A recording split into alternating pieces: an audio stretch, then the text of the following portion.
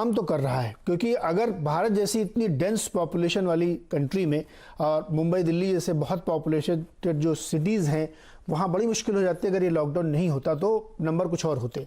तो ये तो सही बात है, लेकिन अब मन में फिर दोबारा सवाल आता है कि आखिर कब तक मतलब अगर ये है जैसा कि डॉक्टर गुप्ता कह रहे थे कि जैसे ही हटेगा फिर इंस्पेक्शन शुरू होगा, तो उसके लिए भी हमें सोचना है। रोहन गुप्ता जी, सरकार के प्रयास चल रहे हैं दोनों फ्रंट पे, जान भी है और जहान भी है, प्रधानमंत्री ने स्वयं कहा है।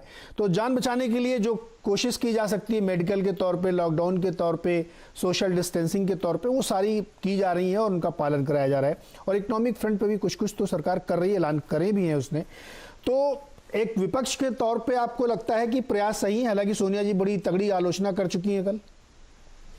देखिए नीरज जी, ये समय आलोचना का नहीं, ये समय कोर्स करेक्शन का है। मैं यहाँ पे आपको दो तीन चीजें महत्वपूर्ण बताना चाहूंगा। जो WHO की गाइडलाइन है कि जो उन्होंने बताया कि हर देश को अगर इसको ठीक से लड़ना हो तो 1% ऑफ द पॉपुलेशन का टेस्टिंग मस्ट है। हमारे पास एक एडवांटेज था कि हमको जब मालूम चला कि कोरोना पूरे वर्ल्ड चाइना में फैला है, हमारे पास समय था।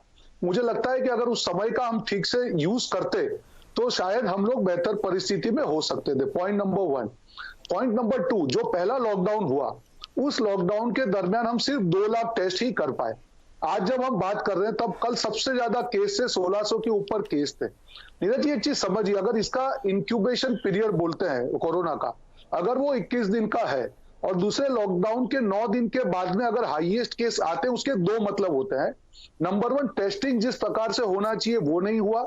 नंबर 2, लॉकडाउन का जो पालन होना चाहिए वो ठीक से नहीं हुआ। मैं एक जिम्मेदार विपक्ष के तौर पे सरकार से इतना ही कहना चाहूंगा कि आप आंकड़े, परसेंटेज ये सब निकालते रहिए। आप हम राजनीति होती रहेगी, पर लोग बहुत ज्यादा परेशान है।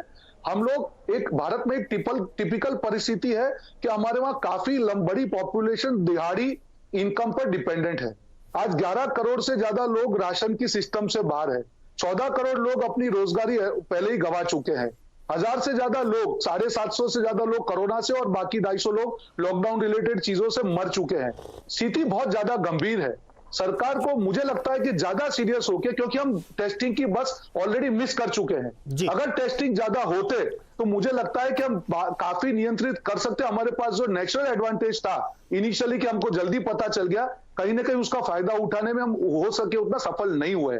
और आखिरी चीज, जो पीपीई की और डॉक्टर को प्रोटेक्शन की बात है, मुझे लगता है ये बहुत ही ज्यादा संवेदनशील मुद्दा है।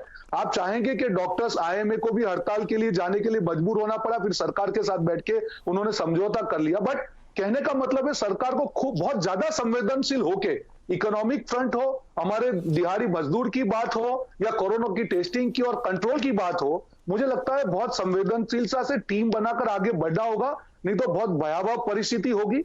और अभी जो परिस्थिति, अगर कल सबसे ज्यादा केस है तो उसके ऊपर से इंडिकेशन आ रहा है नीरज जी के शायद हम लोग कहां पे खड़े हुए हैं आज की डेट में। पॉइंट है आपकी बात में, बिल्कुल मैं सही मान रहा हूं। लेकिन रोहन जी, मुझे ये बताइए कि जब पहली बार लॉकडाउन किया गया उसके बाद से टेस्टिंग की गई, तो क्या आपको ऐसा लगता है कि टेस्टिंग इसलिए नहीं की गई कि वो राशनिंग करी जा रही थी, रोकी जा रही थी, या हमारे पास एक्चुअली टेस्ट किट थी ही नहीं, इस पैमाने पर हमने सोचा ही नहीं था कि ये होगा और हम टेस्ट करते? एक सवाल ये। दूसरा एक सवाल, आपने कहा कि जब चाइना में शुरू हुआ था। सर देखिए, ये मेरा इसमें ये कहना है कि सवाल के तौर पे कि चाइना में तो बहुत पहले शुरू हुआ था। इवन उससे पहले अगर आप देखें तो वहां पे पोर्क का एक वायरस चल रहा था जिससे वहां कलिंग करनी पड़ी थी और वहां की पूरी इंडस्ट्री खत्म हो गई थी, तो उसका भी डर था। तो ये जज कर पाना मुझे लगता है कि शायद बड़ा मुश्किल काम होता है कि कब कहाँ किस देश में हो और हम उसका रिपरकशन लेके यहाँ तुरंत उसको लॉकडाउन करें। तो मुझे लगता है ये आलोचना थोड़ी सी आपकी ज़्यादा है कि मतलब जब चाइना के तभी हम कर देते। रोहन जी।